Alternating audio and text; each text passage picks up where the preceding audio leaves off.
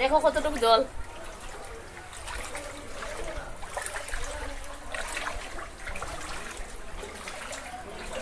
দেখতে পাচ্ছ, আজকে বেরোচ্ছি, আমার বাড়িতে যাচ্ছি।